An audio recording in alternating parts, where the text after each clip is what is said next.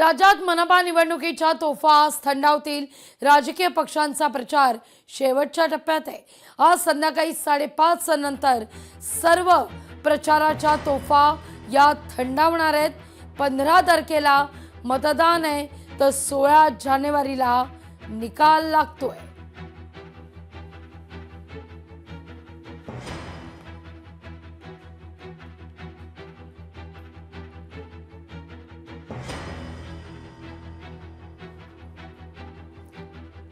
या सगळ्याविषयी अधिक माहिती घेण्याकरता आपले प्रतिनिधी ठिकठिकाणावरून आपल्या सोबत जोडले जात आहेत।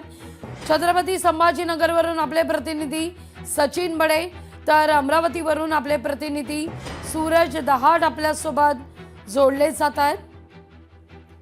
सचिन, तुमच्याकडे मी सुरुवातीला येते। प्रचार शिगेला पोहोचतोय, काही तासच उरलेले आहेत प्रचाराच्या तोफा थंडावण्याकरता। लागवीची फक्त काही तासच शिल्लक आहेत, जे म्हणजे प्रचाराच्या तोफा थंडावण्याकरता। कारण प्रत्येक नेत्यानं जोरदार तयारी केली। प्रत्येक नेत्याच्या माध्यमातून उमेदवारापर्यंत पोहोचायचंय। प्रत्येक नेता जो होता तो छत्रपती संभाजीनगरमध्ये आला, कारण ही महानगरपालिका निवडणूक एवढी महत्त्वाची ठरलेली आहे।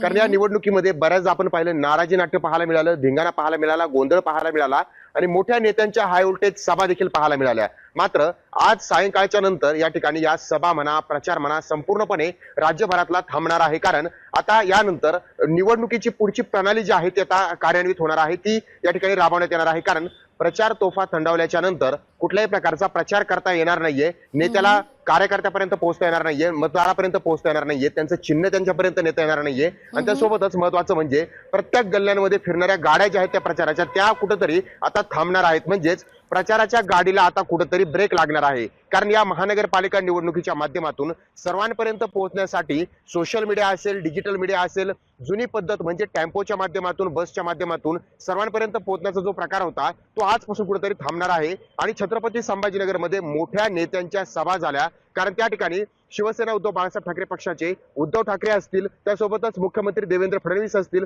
उपमुख्यमंत्री या ठिकाणी एकनाथ शिंदे यांच्या देखील सभा झालेल्या आहेत। म्हणजे मोठ्या नेत्यांच्या मोठ्या सभा। मात्र आता कुठेतरी या सभांना, या प्रचाराला आज ब्रेक लागतोय आणि ब्रेक सोबतच जी प्रचाराची वाहनं आहेत त्यांना सुद्धा आता ब्रेक लागणार आहे। लागवीजी निश्चित थेट जाऊया अमरावतीला। सचिन, आपण आपले प्रतिनिधी सूरज आपल्या सोबत जोडले गेलेले आहेत।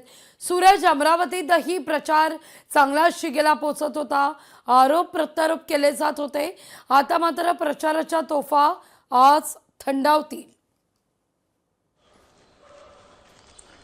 नक्कीच लागवी, आपण जर पाहिलं तर अमरावती महानगरपालिकेच्या 87 जागेसाठी संपूर्ण निवडणूक झाली। यामध्ये जर पाहिलं तर प्रामुख्याने नवनीत राणा आणि रवी राणा यांनी जोरदार असं या ठिकाणी प्रचार केलेला होता। जर पाहिलं तर नवनीत राणा ह्या भारतीय जनता पार्टीमध्ये आहेत, तर त्यांचे पती आमदार रवी राणा हे युवा सन्मान पक्षाचे आहेत। त्यांची युती जरी झाली असली तरी मात्र मध्यंतरी एकामेकाच्या विरोधात त्यांनी भारतीय जनता पार्टीच्या विरोधातच नवनीत राणा यांनी प्रचार केलेला होता। त्याचमुळे जर पाहिलं तर 3 दिवसापूर्वी चंद्रशेखर बावनकुळे जे अमरावतीचे पालकमंत्री त्यांनी जाहीर केलेलं की युवा सन्मान सोबत आमची कुठल्याही प्रकारे युती नाही, त्यामुळे एक वेगळा रंग या निवडणुकीमध्ये पाहायला मिळाला। दुसरीकडे जर पाहिलं तर एमआयएमचे अध्यक्ष असुद्दीन ओवैसी यांनी सुद्धा अमरावतीमध्ये 4 सभा घेतलेल्या, त्यामुळे अमरावतीची निवडणूक जी आहे हिंदू मुस्लिमच्या वळणावर आली की काय अशी जी शंका जी सामान्य नागरिकांनी या ठिकाणी व्यक्त केलेली होती।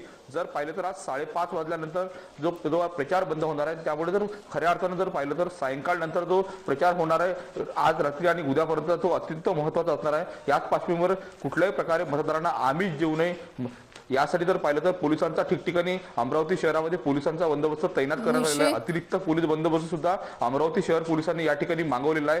त्याचमुळे जर पाहिलं तर कुठल्याही प्रकारे मतदारांना आमिष देऊ नये, मतदान विकत घेऊ नये, अशा पार्श्वभूमीवर जर पाहिलं तर पोलीस आणि निवडणूक विभाग या ठिकाणी सतर्क झालेला आहे। दुसरीकडे जर पाहिलं तर आज ठिकठिकाणी अंतिम मतदारांपर्यंत जाण्याचा अंतिम प्रयत्न आज सर्व राजकीय पक्षाचा असणार आहे। दारोदारी जी आहे ते संपूर्ण उमेदवार सूरज, मुद्दा लक्षात येतोय। सूरज, सचिन, तुमच्या दोघांचेही आभार तुम्ही दिलेल्या एकूणच सविस्तर माहिती करता। लोकशाही मराठी ऐका, पहा, जागरूक रहा।